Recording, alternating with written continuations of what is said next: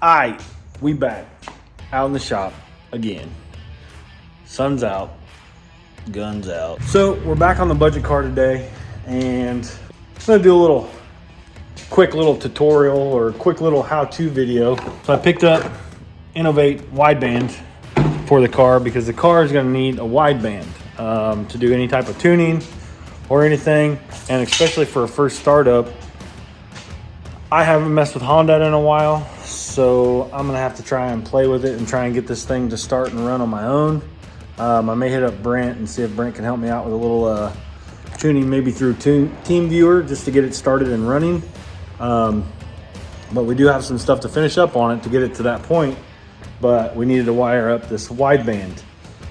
Widebands are very simple to wire up. You can make them very complicated, but the Innovate wideband, this is the Mtx-l, or Mtx-l, is that what it is?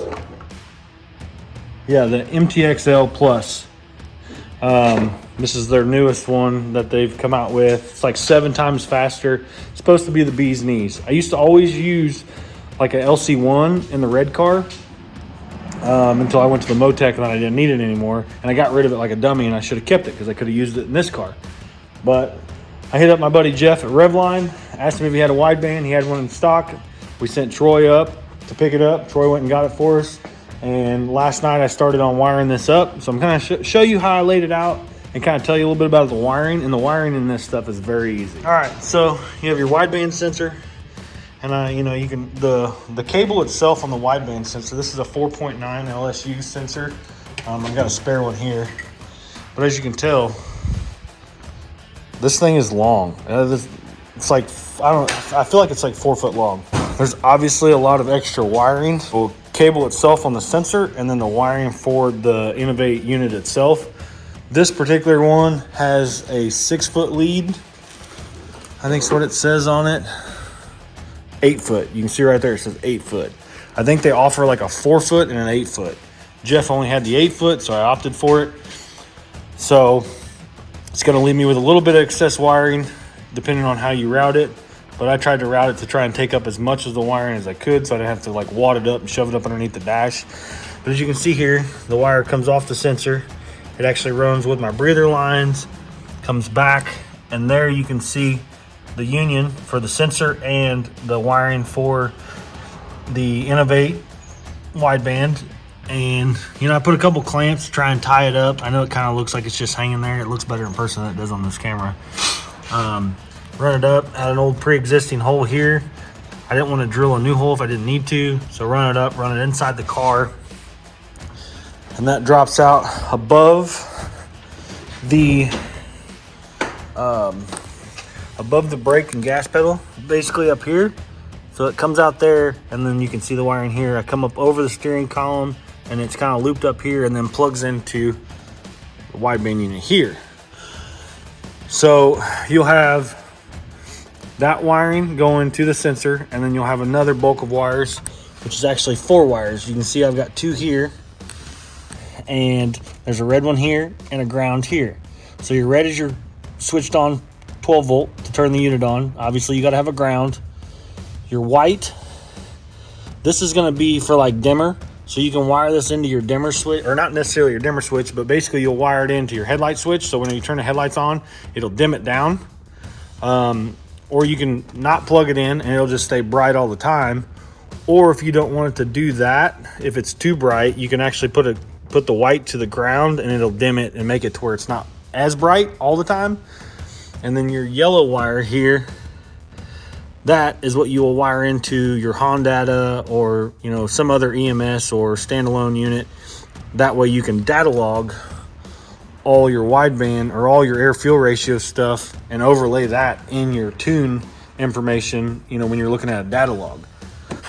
These you can calibrate, where like an AEM you don't really calibrate the sensor, and I don't like that because obviously sensors will get old and they'll wear and all that stuff. So I do like that the Innovate's calibrate, or the Innovate wideband you can calibrate periodically. But anyways, let's turn it on and we'll show you how bright this thing is. And that is pretty bright. But I think if it was any more dim, I wouldn't like it. I think You know, I want it to blast me in the face. I want to be able to see it. So there you can see it's doing its little heater thing. Once the wideband heats up, then it'll display basically like full lean mixture, which is like 22.4 on this wideband. Yeah, 22.4. And then there's your little red gauge. Obviously, the leaner it goes, it'll come around here, vice versa. But I had this little gauge pod left over from the red car, but I think it'll look good. Look at them blue gauges. Boy, catch me outside. How about that? I gotta fix this one. This one's like out or something. We're gonna fix that, but I like that because it goes with the blue theme, and I didn't know those were blue until recently. But yeah, that's pretty much the simple way of wiring up a wideband. Just 4 wires and then your main wire going to the sensor itself, and you don't have to wire it in the computer if you don't want. It just, you won't be able to data log it. I will say, don't stare at this thing all the time. It will drive you insane if you continually try and make sure that you're always looking at. Obviously, like, it's there for a reason, so you can see air fuel mixtures and stuff, but temperature changes and all that stuff will affect, you know, air fuel ratio and stuff. So for a long time, when I didn't understand air fuel ratios a whole lot, anytime that thing was not where I assumed it was supposed to be, I freaked out. I was like, oh, the tune's off, injector's bad, something. That's not the case. Obviously, there's ranges to everything, and everybody tunes their air fuel ratio differently. So just note, don't pay too much attention to that thing. It's a tool, but don't let it drive you insane. Lower level than the fuel. Little PFI video, them getting the Freedom Civic running. This is gonna just gravity. Pause that. That being said, we got the budget Civic, and we just got the wideband and stuff hooked up in it, and I went through and reloomed all the factory wiring. I'm trying to make it look a little nicer. You can see I put braided loom all over everything. Some things I left kind of alone because I didn't want to, you know, it was just like pointless to mess with. I wasn't going to do a bunch of that. You know, but the wiring, reloomed everything. Got it all looking decent, better than it was. There's a couple wires I need to figure out. It's been so long since I messed with the factory harness. One of these, ooh, I know what this is. This one here, I think will be TPS. And then this other one is going to be idle air control, and or this one's map. Yeah, this one's gonna be map, and then these two here, since they're close together, are going to be, darn it, why do I keep doing that? Come on. I don't know anything about this map sensor. I assume it's a stock map sensor or stock-ish map sensor. I really don't like that. It just doesn't look good how that sits back there. I guess I could point the camera at it. Man, gosh darn it. All right, so I'm running out of battery. I gotta find my keys. We're gonna attempt to power this thing up. One, see if it cranks. I don't have the clutches hooked up or none of that stuff, so I'm not sure. I undid a bunch of wiring on this thing, so who knows if this thing's even gonna turn over. Okay, I'm struggling here. So I don't know if I just said it, but I'm going to hook up this fuel line before it sprays fuel everywhere. Right now, all I want to do is see fuel leaks. So the key's on. Hopefully it doesn't do any cranking or anything, like nothing shorted out. We're gonna make sure it's in neutral. And I got the key on, so I'm just gonna tap the positive terminal, see if it'll prime. Nope, but I just saw a fuse pop, so that was cool. Yep, 15 amp fuse blew. Man, I haven't done one of these in a long time, so I don't know what fuse this is. We're gonna find out. this little 15 ampere here blew, but fuel pump didn't come on. I hear the buzzer. I gotta figure out what this is here and see what's shorting out. Maybe it's, I don't know, one of these wires over here. It's just kind of hanging out here, but these are for headlights. I doubt that's it. Yeah, we'll see what that fuse is, and then we'll get back. All right, so put a new fuse in it. I disconnected the ECU first, put a new fuse in it, and hooked the battery up, and the fuse did not blow. So we got a short somewhere between the fuse box and the ECU. But let's see if it cranks.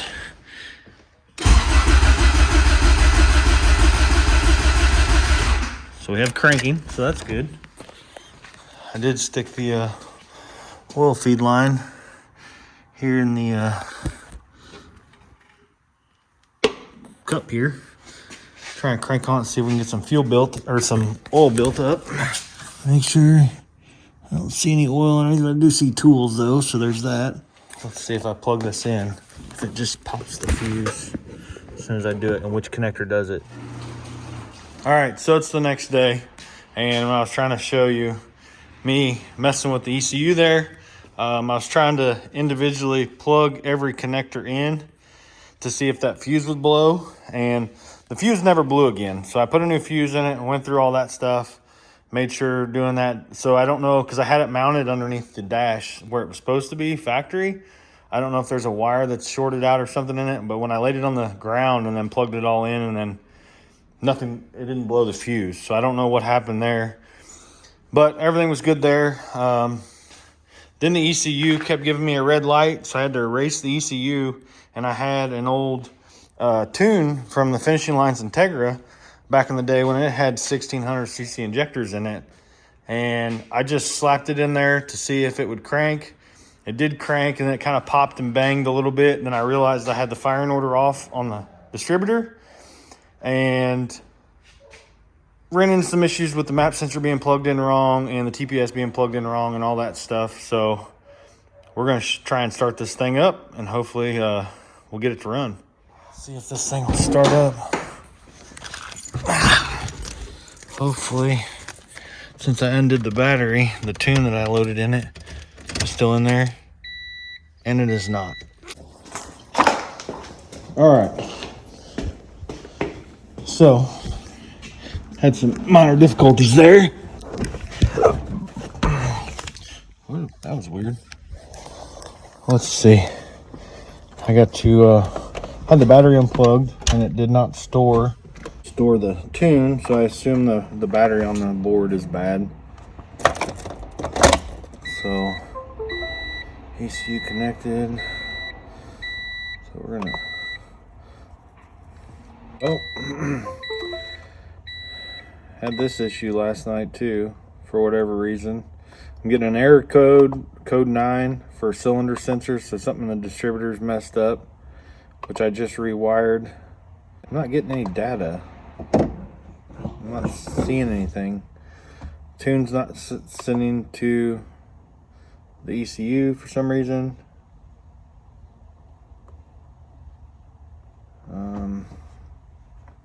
And then of course my battery's about to go dead, so there's that.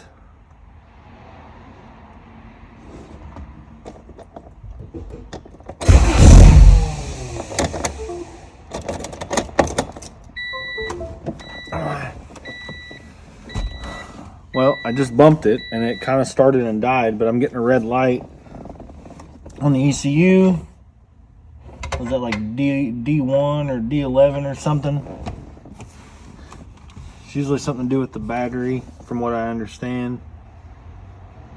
But I'm not getting any live data from this damn thing. I had a feeling this ECU had issues. Oh, there, like it just took the tune all of a sudden. Now I have 2 fault codes, so it says, and there's no error code. So let's try and start this thing up.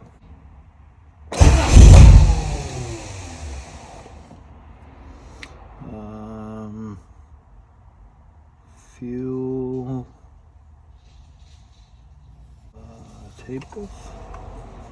Is this timing?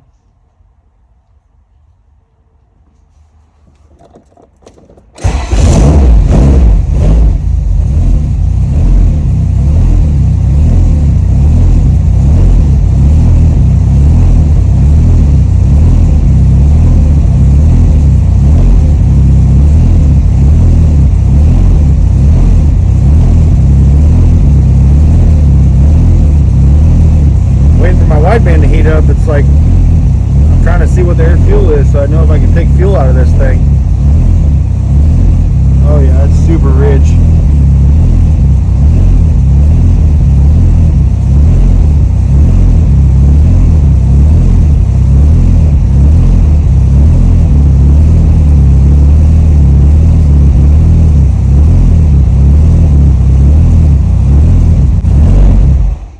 Oh.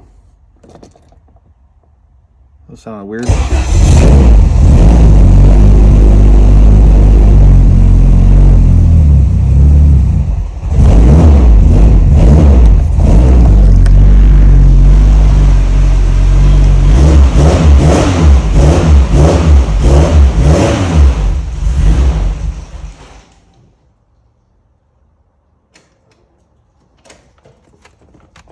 Well, it starts, but it doesn't like to idle.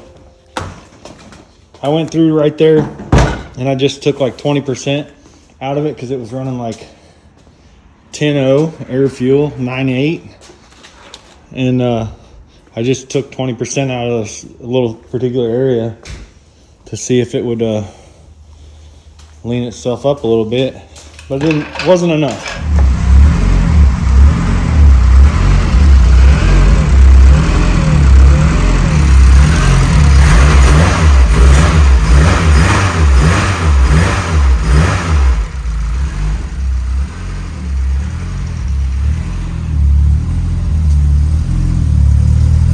Hey, boy.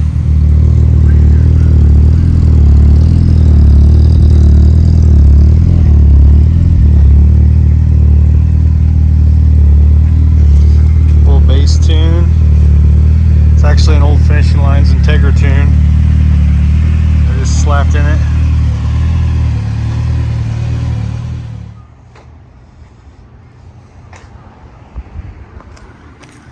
There it is.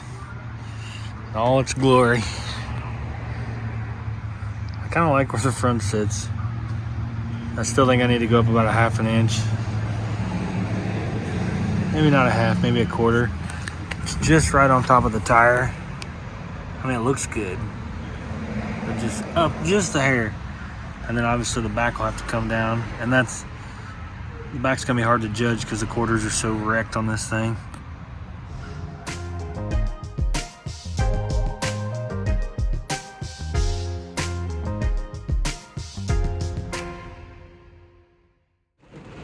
All right, so as you can tell, I'm not in the garage anymore, and you can probably hear the rain in the background. It's officially nasty as outside. Got the car running. I'm super pumped to have that off my back. It sounds amazing, that Yamaha 3-inch exhaust. I love it. It's pretty tame, as you can tell there. It was pretty quiet at idle. When you crack on the throttle and stuff, it makes some noise. I think it'll flow pretty good. I think it's going to do exactly what I want it to do. Hopefully it didn't rattle on a bunch of stuff, but I'm super picky about whenever I install that stuff, so we won't know until we start driving it. Since that right there, last night I actually had the car running in the driveway, and I was just kind of doing some Brent. I was like channeling my inner Brent from PFI Speed, and I was trying to do some tuning. That's what this is. Trying to do some tuning, just at idle and stuff on the car. And for some reason, it doesn't like to idle lean-er. Like normally you'll have them idle at like 14, like 13.5 AFR to like 14.5. Some people run them a little leaner than that. But it's just pump gas. So I tried to I want it to be around 13.8 to 14.0 at idle, and it will not idle for crap right there. Verified timing. I had the code 9 for the cylinder sensor. I fixed that. My buddy Brian, who I always get Honda parts from, he had a spare Dizzy laying around. It was a B18 LS Dizzy. I took the guts out of it because it was an original OEM Dizzy. I took all the guts out of it and put in the housing for this GSR aftermarket distributor and fixed the code 9 so it doesn't have a cylinder code anymore. So then I went through and locked the ignition and set ignition timing, so it's good. But it wants to idle at like where it sounds smooth and sounds good at like 11.5 AFR. I don't know how that's even possible. Like, it's not choking a bunch of smoke out of it. Like 11.5 AFR is like wide open throttle, high load, you know, 20 pounds of boost fueling, and this thing just, it wants to idle right there. Any leaner than that, it just kind of like spits and sputters and, you know, whatever. And I've kind of tinkered with the injector dead times because there's no data on these injectors that I've been able to find. These were some 1600s I had laying around. They're a Bosch injector. I normally get my injectors from South Bay, but this is a budget build and I had these, so I was just trying to use them. And last night I was sitting in the driveway and one of them just quit, just sitting there idling. Like I said, I was just sitting there kind of playing with the fueling and stuff and injector data and all that, and then randomly the car just died. Of course I didn't have the camera on. The car died, and then I restarted it and it had a misfire, just a dead hole. So I was like, well, what the heck? So I popped the hood, started pulling plug wires. Every one of them was firing like it was supposed to. I started undoing each individual injector, and the number 2 cylinder, when I disconnect the injector, didn't change. So from what I can tell, number 2 is the dead hole. And then while I was at it, I was like, well, piston, I'm gonna go ahead and do a compression test just so I know where it's at. So I did a compression test. All the compression across the board was like 220, 230. So it's, I mean, cherry. I really can't wait to get this thing on the dyno either. So I'm gonna pull the injectors out tonight, try and get those cleaned. Maybe I'll throw a little thing in here, you know, if one of them was bad or if it was dirty or what it was. It's probably just quit. I think they're pretty old injectors. I don't know what I'm gonna do. It's getting ready to be winter, obviously. I mainly needed the car to move, so I gotta have injectors put in. I don't want to have it firing on 3 holes and washing down. Well, I guess it won't wash down the cylinders because it's not working. Yeah, I don't know. I'm not a tuner. It does need some tuning for sure, which maybe if I can figure out an injector situation here and get some good injectors in it. I still need to put the Hellcat pump in it. Maybe I can get on the hook and maybe throw this thing on the dyno. I don't have, you know, boost by gear or none of that stuff sorted out. It's still on this V1 ECU that just has the weirdest problems where it just randomly decides, like, you turn the key on, there's no tune in it, you just leave the key on and walk away from it for 5 minutes, 15, something. You're just sitting in the garage and then boop, randomly you'll just hear the fuel pump kick on, and then all of a sudden the red light turns green and now it has a tune in it. It's so bizarre. Do need to turn that into a V3 system because I want to add fuel pressure and oil pressure to be able to monitor and data log all that stuff, just for peace of mind, basically. But hopefully we can get this thing on the dyno before winter comes. That's kind of my next goal. I was planning on waiting until spring, but I really want to know what kind of power this thing makes. High compression. It's got like a 7 PSI spring in the gate. So there's, you know, I'm on this V1. I haven't done a lot of the wiring or nothing. So there's no boost by gear or nothing. So I kind of just want to take it, put it on the rollers, 7 pounds, whatever it makes on the gate, and just tune that out on pump gas. That way when spring comes and I get all the brake system and everything done and sorted out, all the suspension and everything sorted out, when spring gets here, I can take it, put it on an alignment rack, get it squared up, and then we can take it on some small drives and just start shaking the car down and working our way from there. And then I want to do some road trips in this car. I want to road trip this thing to maybe an H day out on the East Coast. I kind of want to take it to PFI speed, you know, and do some stuff with Brent and all that, but who knows? We'll see. But that is going to do it for this video, guys. I'm super pumped about getting this car running. You know, I'm reliving a part of my youth by having this car, because this car currently, what it is kind of what lit the fire for me with the red car back when I started building it. You know, building like a 350, 400 horsepower street car that you can daily drive and take it anywhere. That's what this stuff's all about. You know, 1100 horsepower drag car and all that stuff's really cool. It's a lot of money. It's a lot of maintenance. It's a lot of work for one person. You know, building one of these little 300, 350 horsepower cars, they're a blast. You can beat on them, thrash on them. You can do it relatively inexpensive, and that's what this is about. So get out there, build some stuff. You know, obviously you can't buy everything cheap as much as you want to, but not all cheap stuff's bad stuff, especially when you have a goal and the goal that you want to obtain is reasonable for these cheap parts. But anyways, like I said, that's gonna do it. Thanks for watching, guys. Don't forget, comment, like, subscribe. Go check out the merch store. The merch store, mremotorsports.com, has not seen any traffic in a long time. I haven't been on there personally either until recently, and I could tell there was no traffic. So even if you don't buy anything, go check it out. Just kind of see what we got, and let me know what you think about some of the merch and what kind of stuff you want to see on the merch store. But that's gonna do it, guys. Thanks. We'll see y'all later.